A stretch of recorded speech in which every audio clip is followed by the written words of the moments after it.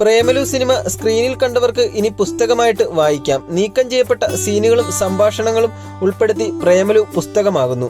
മിഴി ഫിലിംസിന്റെ ഒരു പുതിയ വീഡിയോയിലേക്ക് എല്ലാവർക്കും സ്വാഗതം. സിനിമ സംബന്ധമായ വാർത്തകൾക്കും അപ്ഡേറ്റ്സിനും നമ്മുടെ യൂട്യൂബ് ചാനൽ സബ്സ്ക്രൈബ് ചെയ്യുക.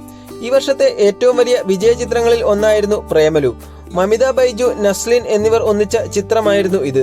തണ്ണീർമത്തൻ ദിനങ്ങൾ, സൂപ്പർ ശരണ്യ എന്നീ ചിത്രങ്ങൾക്ക് ശേഷം ഗിരീഷേടി സംവിധാനം ചെയ്ത പ്രേമലു 136 കോടിയിലധികം കളക്ഷൻ നേടിയിരുന്നു.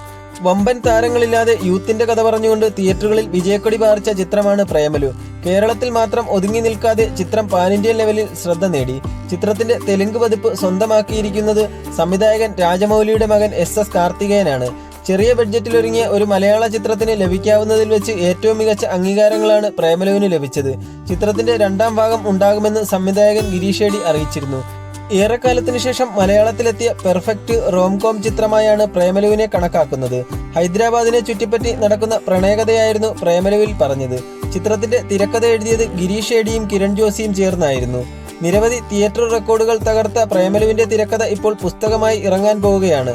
മാൻഗൈൻ പബ്ലിക്കേഷൻ ചിത്രത്തിന്റെ തിരക്കഥ പുസ്തകമായി ഇറക്കുന്ന കാര്യം സംവിധായകൻ ഗിരീഷേടിയും കിരൺ ജോഷിയുമാണ് അവരുടെ സോഷ്യൽ മീഡിയ അക്കൗണ്ടിലൂടെ പുറത്തുവിട്ടത്.